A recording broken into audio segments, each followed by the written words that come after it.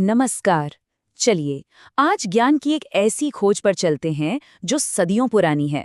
देखिए, इस सफर में हम एक रूसी कहानी, अरब संस्कृति के कुछ गहरे नैतिक मूल्य और हाँ, कहानी सुनाने की जो कला है ना, इन सबको एक साथ पिरोकर देखने वाले हैं।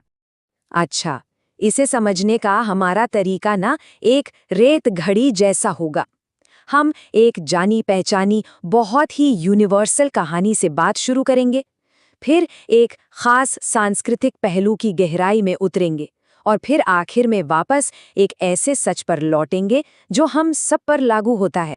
तो कहानी की शुरुआत होती है मशहूर लेखक लियो टॉल्स्टॉय की एक रचना से।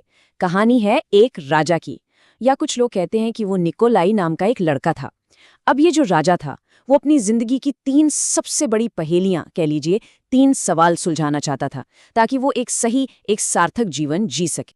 उसका सबसे पहला सवाल था, किसी भी काम को करने का सबसे सही समय, वो परफेक्ट मोमेंट आखिर होता कौन सा है।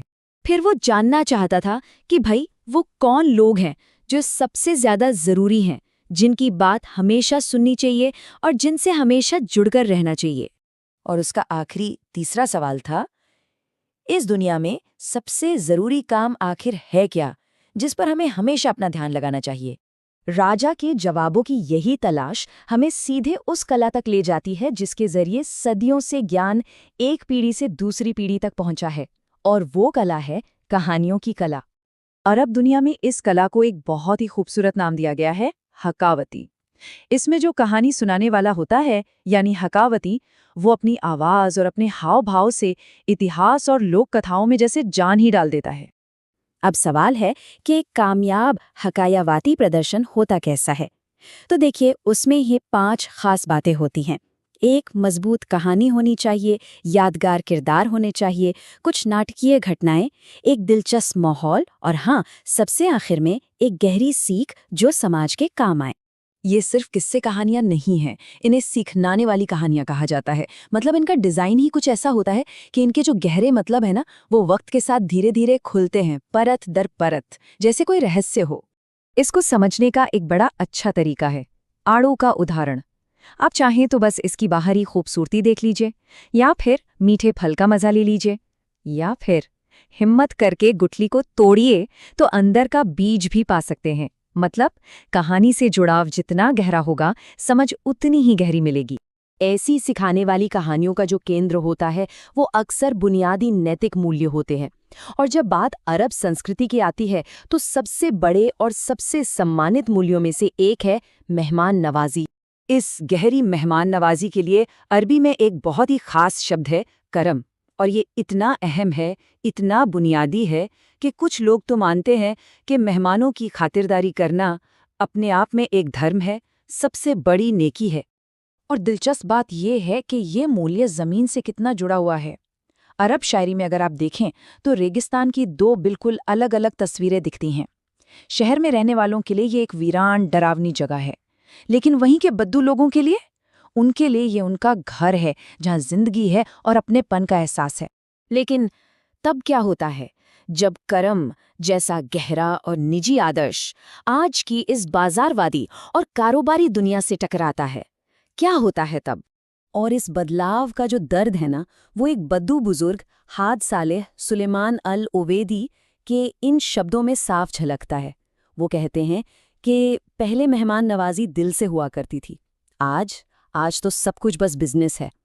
वो जो एक सच्चा जुड़ाव था, उसकी जगह अब सिर्फ एक व्यावसायिक लेन देन ने ले ली है। और इस बदलाव की सबसे बड़ी मिसाल शायद आज के दुबई में देखने को मिलती है, जहां बद्दू मेहमान नवाजी की पुरानी छवि को एक बहुत बड़े और शक्तिशाली मार्केटिंग टूल की तरह इस्तेमाल किया जा रहा है, एक ब्रांड बना दिया गया है। जानकार इस पूरी प्रक्रिया को एक नाम देते हैं, कान जमानीकरण। इसका मतलब है किसी जीती जागती परंपरा को इस तरह से बाजार में पेश करना कि वो पर्यटकों के लिए बस एक बनावटी अनुभव बनकर रह जाए और उसका जो असली रूप है वो ही खत्म हो जाए। और नतीजा क्या निकलता है? एक बहुत बड़ा विरोधाभास। एक तरफ कुछ चुनिंदा अमीर मेहमानों को शाही मेहमान नवाजी बेची जाती है, और दूसरी तरफ इसी अनुभव को मुमकिन बनाने वाले प्रवासी मजदूरों को कम पैसे देकर उनका शोषण किया जाता है और उन्हें इस चमक दमक वाली दुनिया से बिल्कुल अलग थलग रखा जाता है। तो आज की इस उलझी हुई सच्चाई को देखते हुए चलिए वापस उसी राजा की सादी सी कहानी पर लौटते हैं। वो राजा जिसे अपने जवाब बातों में नहीं बल्कि काम करने में मिले थे।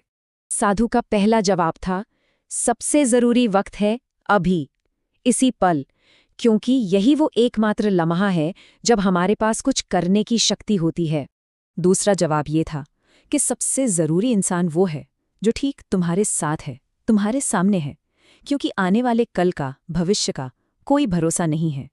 और तीसरा और आखिरी जवाब, सबसे जरूरी काम है उसी इंसान की भलाई करना, क्योंकि इसी नेक मकसद के लिए हमें इस दुनिया में भेजा गया है। तो आखिर में ये कहानी हमें यही सिखाती है कि ज्ञान कोई छिपा हुआ खजाना नहीं है जिसे ढूंढने निकलना है, नहीं, बल्कि ये तो एक सच्चाई है जिसे हमें जीना है, हर पल, हर उस इंसान के साथ जिससे हम मिलते हैं। तो ये सवाल वाकई सोचने पर मजबूर करता है ना, कि क्या जिंदगी के सबसे गहरे जवाब हमें किताबों में नहीं बल्कि हमारे अपने